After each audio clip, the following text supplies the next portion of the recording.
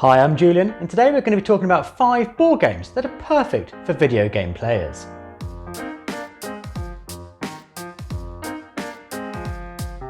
For the last 30 years, I have loved video games. I've grown up with them, I've written about them, and I dread to think how many thousands of hours I've spent playing them. I love narrative games most of all, where you can get lost in a story for 60 hours. My go-to games tend to be Japanese RPGs, visual novels and point-and-click games. But a recent trend in video games has diluted my enthusiasm for the hobby. The latest AAA blockbusters all too often focus exclusively on online multiplayer modes. Frequently, single-player modes tend to be an afterthought, or not even included at all. Games used to come in beautiful packages, but now in this era of digital distribution, all you have to show for your purchase are a series of ethereal ones and zeros that you've rented from a company. Boxed video games are quickly becoming a thing of the past. For a boxed video game collector who likes strong narratives but dislikes the faceless, toxic nature of online play, I found myself increasingly less attracted to modern video games. But thankfully, board games have filled the void. Now, while there are some solitaire games, the vast majority encourage people to gather around a table and experience something together, much like couch co-op video games of yesteryear. And of course, for those who like filling shelves with boxes, board games are a physical product in a gloriously large box. So if you're thinking of making the switch from video games to board games, where do you start? Now, to be clear, I'm not talking about board games based on video games. That's another topic for another day. What we're talking about today is board games that have taken mechanics and inspiration from video games. Gaming Games' Tiny Epic series take popular board game genres and distill them down until they can fit into small boxes without losing the complexity or depth. But while doing this series, designer Scott Elm seems to have been influenced by certain video games. The look and play style of Tiny Epic Tactics will be familiar to anyone who's played Final Fantasy Tactics or Tactic Ogre Let Us Cling Together. Similarly, Tiny Epic Galaxies owes a debt of gratitude to the Elite and Everspace games. But it's probably Tiny Epic Quest that'll be most familiar to lovers of video games. One look at the game board will remind most of an overworld map in the Legend of Zelda games. As you play this game, you navigate around the world on horse, fighting goblins and learning spells. You'll pick up legendary weapons including a lamp, shield, bow, boomerang and even a master sword. With simple card and dice gameplay, you'll easily be exploring fire, desert and dark temples. But thankfully, the water temple in this game won't have you tossing the table in frustration. In a Kickstarter campaign video filled with chiptune music and pixel art, Otherwise Games admit that their game Bossmonster is inspired by the golden age of video games. If you spent more than your fair share of time playing an 8-bit bounty hunter, kung fu fighter, or vampire slayer, then you're gonna like this game. It's retro gaming goodness stuffed into a card game that you'll want to play again and again. As the title would suggest, players play the role of a boss in a Final Fantasy or Dragon Quest style dungeon, laying traps and attempting to stop a hero as they come to slay them.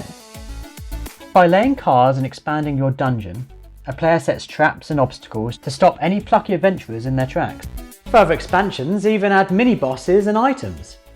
It's an accessible but surprisingly varied game, and as the designers say, it rewards skill, but it's approachable enough for even a casual gamer to enjoy. Of course, knowledge of video games isn't required to enjoy Bossmonster, but it will mean you're far more likely to recognise the parodies and homages you find on the cards.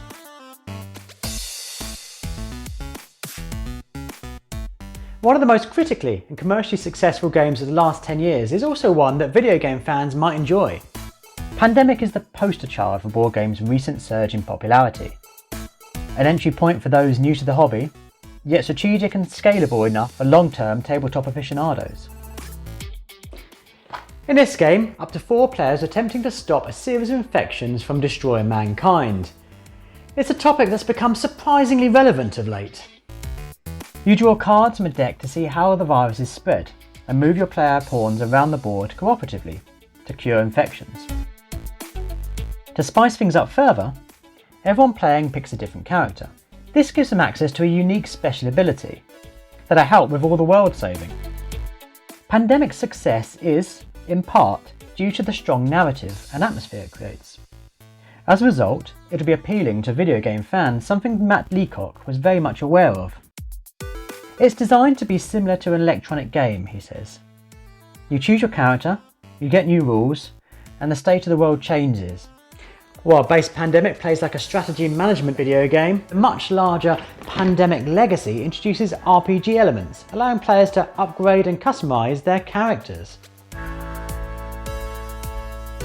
What's the best board game of all time? Well, according to the tabletop gospel that is Board Game Geek, it's Gloomhaven. It's a cooperative adventure game throwing up to 4 players into a fantasy world with an epic story told over many scenarios.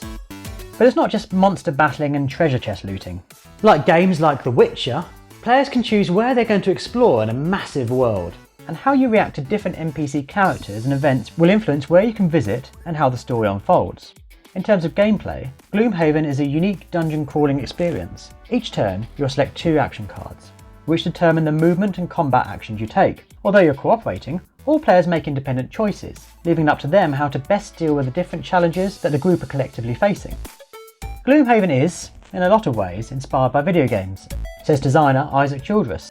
Admittedly, Gloomhaven might be a bit intimidating for people new to board gaming.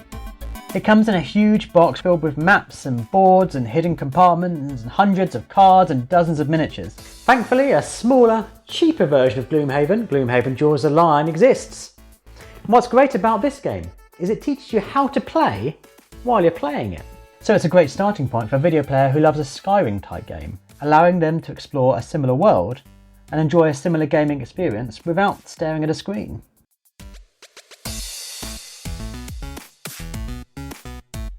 This is a board game that makes no attempts to disguise its inspiration.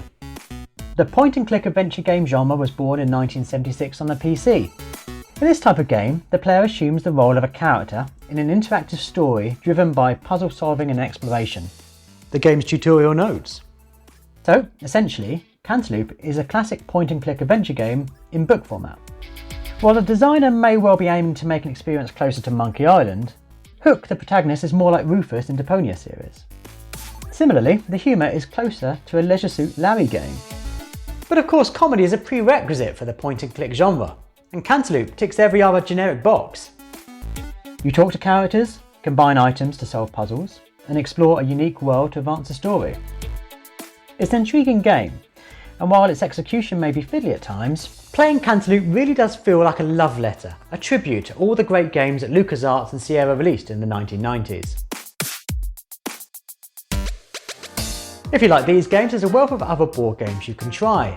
So if you're getting bored of 10-year-olds running rings around you and questioning your parentage when you're playing online, perhaps it's time to put down the controller and pick up some dice.